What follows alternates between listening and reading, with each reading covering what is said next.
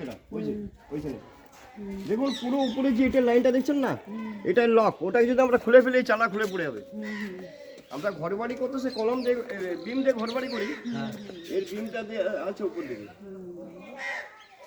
330 বছরের মন্দিরের বয়স, 1694 খ্রিস্টাব্দে তৈরি। আজও এই কাজ কত সুন্দর হয়ে গেছে দেখুন।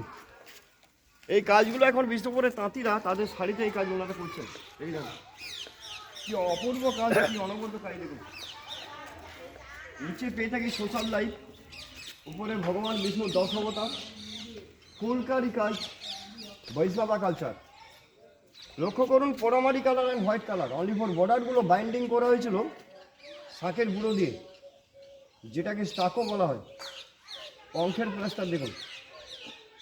দেখুন আমাদের ঘরবাড়ি প্লাস্টারিং না করলে থাকে না, আমাদের ঘরবাড়ি পেন্টিং না করলে থাকে না। আর মাটির কালার দেখুন আজও কত সুন্দর রয়ে গেছে দেখুন।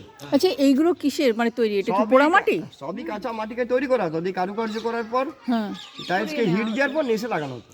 মানে আমরা যেমন ঘর বাড়ি করতেছে বাড়িতে টাইলস লাগাই, এখানেও ইটের বেসের উপর সুন্দরভাবে টাইলসকে সেটিং করা হতো ম্যাডাম।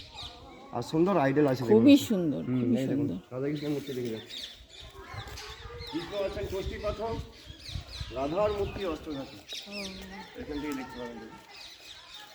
আজও পুজো উৎসব অনুষ্ঠান রাস ঝুলন দৌড় আজও হয়, আজও হয়। হ্যাঁ ও তাহলে এখানে ইলেকট্রিফিকেশন হয়েছে। হ্যাঁ হ্যাঁ হ্যাঁ,